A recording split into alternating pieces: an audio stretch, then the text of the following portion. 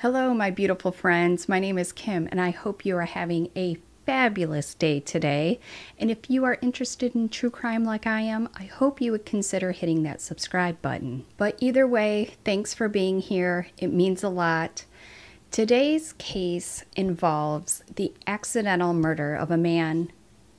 Well, accidental murder, an accidental death of a man who just snapped on his wife. The case is from the state of Ohio. Florida, you get a break this week. What started a call from a terrified 12-year-old saying her father was attacking her mother ended up with her father dead and her mother arrested. Let's talk about it now.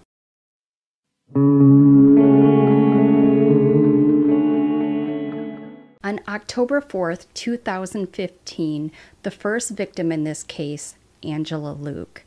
Angela was 40 years old and had two daughters, one being 9 and the other was 12 years old at the time of the attack. Angela was a longtime school teacher, 11 years. Angela had been married to Daniel Luke for 18 years. The marriage seemed to be, to outsiders looking in, to be a strong marriage up until the last couple of years of marriage. Friends and family would say it appeared they were growing apart like many marriages do, while other people would say they didn't notice anything going on with the marriage at all. This would come to a head with a 17-minute 911 call recounting second-to-second details about the domestic violence incident between the parents. The call begins with the 12-year-old saying her father, 42-year-old Daniel Luke, was holding her mother, Angela Luke, down and hurting her inside of their home. This call is what brought my attention to this case. When I was listening to the call, my anxiety was at an all-time high, like level 10, next level 10. It was super high. I was worried that the little girl was going to get hurt. To make this call less stressful, if that's even possible, the little girl is not physically harmed. I hope this keeps your anxiety down.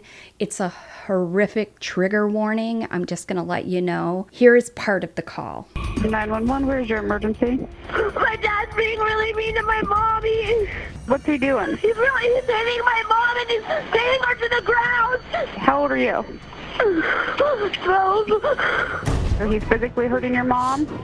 He's hitting her to my bed and he's making marks on my mom. Do you know what they're fighting about? Everything. Get off my mother.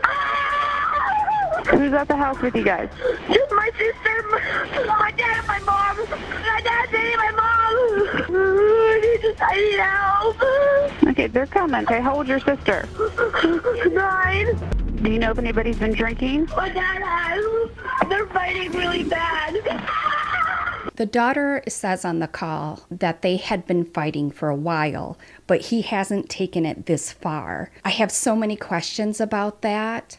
What is known is that there has never been any officers called to that house prior to this day. So hopefully you guys are doing okay. Take a deep breath. Here's a little bit more of the call. You're leaving? Yes. Oh my God. What's going on? Mommy. Can you tell me what happened, honey? My dad hit my mom and she pushed her into a flower pot. I was like, no, he's hurting me. He's hurting me now. Can you go? You need to go away from them, okay? You need to take your sister. My mom broke her arm. Your mother has broke her arm? Please hurry. My dad broke my mom's arm. Get away from me. No, they're coming for you. They're all coming for you. The police and everything. You're harassing her. Are you coming soon? Yes, honey, they're coming, okay? They're on their... Oh my God. Now he just pushed her. He pushed her really hard. And she fell again. And we're all outside. My mom really hurt her arm. Dad, get off me. Get off my mommy. Are you guys going to see her? I don't want to live here anymore. It's really bad. He's never done this before? Well, they've been fighting for a long time. Like, he's never took it this far. We're trying to get in the car, but he won't let her. Ow! Ow! He's really mean. Really mean. We're going. I'm in the car right now. He's not letting us go. He's holding on. Out of my car. We're pulling out of our driveway right now. Go fast, Mommy. Go fast. Oh my God, he's dead! He's dead! He's really dead! What happened? He was hanging onto the car and he fell off and... Did she run over him with the car? My father's dead! Please come help! My father's dead! Did she run over him with the car? Not on purpose! About 10 minutes later, when the girl, her 9-year-old sister, and her mother try to leave the home, the 12-year-old screams and tells the 911 dispatcher that her mother had just ran over her father, but not on purpose. At first, the girl thought her dad was dead, but realized after neighbors had come to help that he was alive but bleeding very badly. Daniel Luke died shortly after being taken to the hospital. A 911 call dispatcher tried telling the girl to keep away from her fighting parents and asked her questions about the relationship. This has never happened before, the girl said. The sheriff's office records clerk confirmed there was no prior sheriff records to the Luke's address.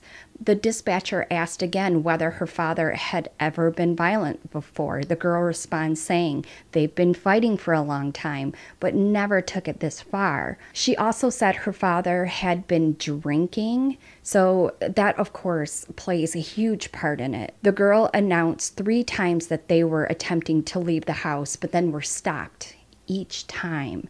About 11 minutes into the call, she said that she had now made it inside the car and was away from her father. However, she said that her father was just not letting go of the car. He's holding on, she would say. Can you guys come fast? She asked the dispatcher. You can just hear the stress in her voice when she says, "Go fast, Mommy, go fast." Almost immediately after those words were uttered out of that girl's mouth, the girl begins to scream and that her father had been hit. He was holding on to the window and he had fell right off, she said. Angela Luke and her 2 daughters ran for help from the neighbors. Deputies arrived at the home about 17 minutes after the girl's 911 call. I couldn't confirm the timing on when the officers actually arrived because it's reported that the call was 17 minutes and then they took 17 minutes to get there. So I'm not exactly sure,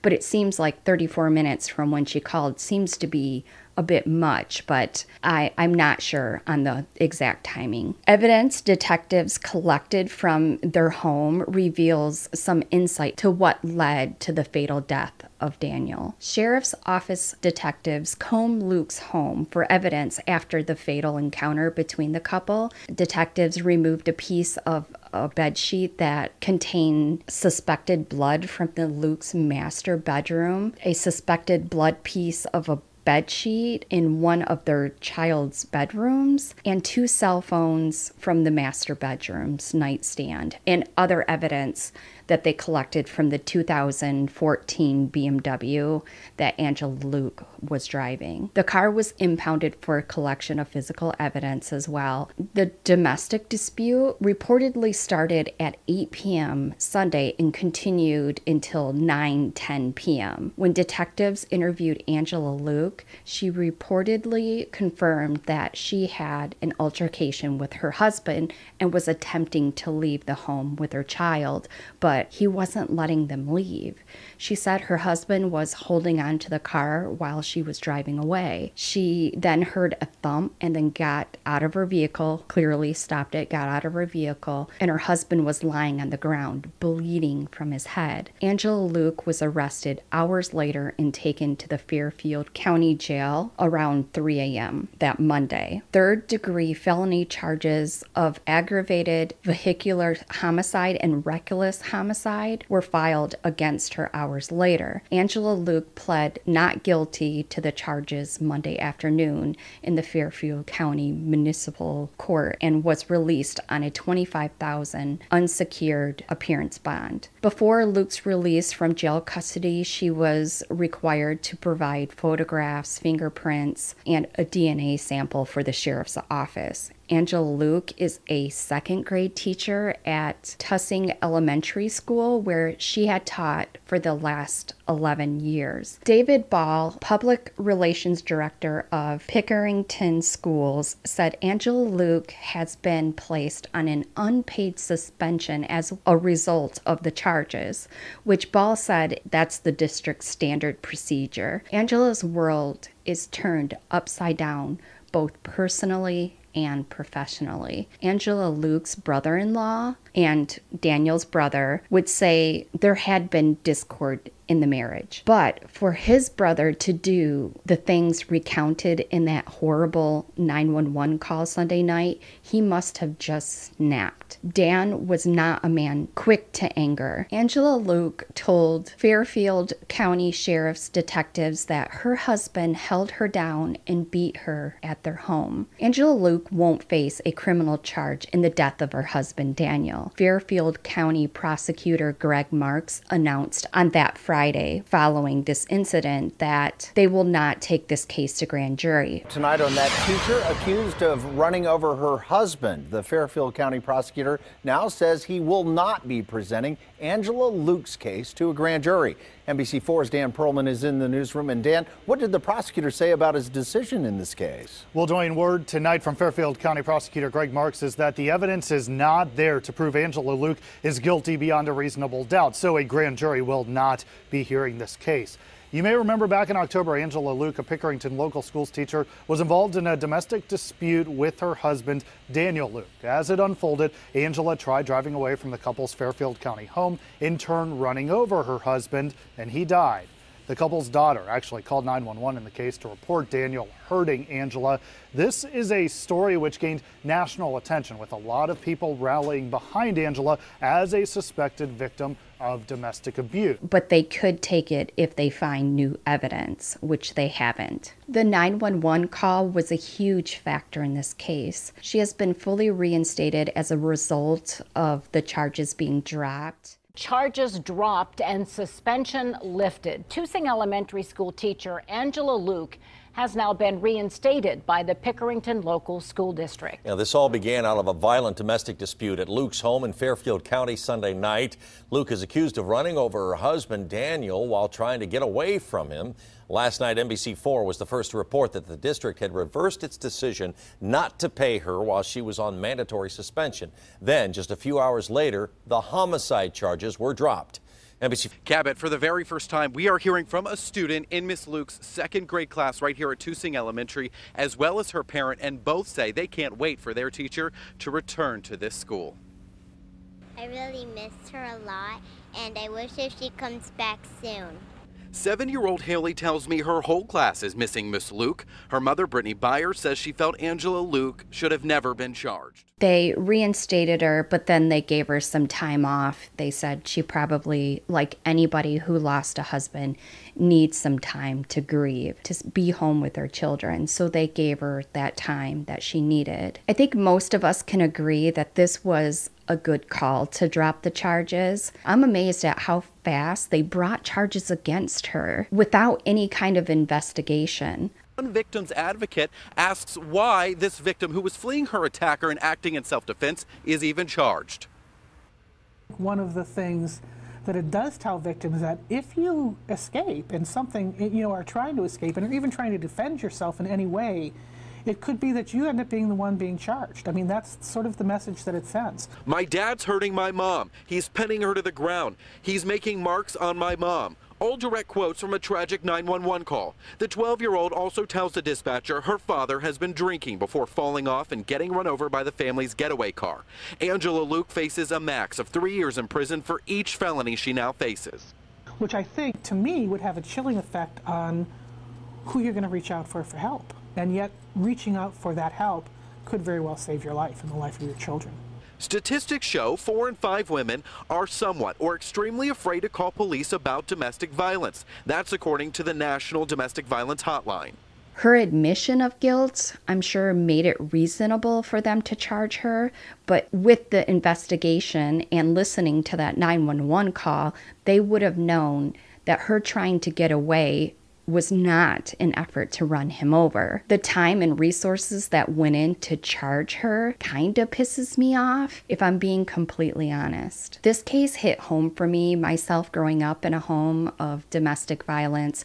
I can say that the lasting effects on me to this day, I now avoid confrontation at all cost and don't like being around any kind of domestic violence situations. Years of coping with alcohol, live, learn is not a good method to recover. I'm hoping ongoing counseling for the children will happen or is happening, that they can avoid my coping strategy, if you call it that. I know this is a shorter case this week. I have had a week, I'll just tell you that. My mom is in the hospital with COVID-19, and so I have my flight booked to go home in a couple days.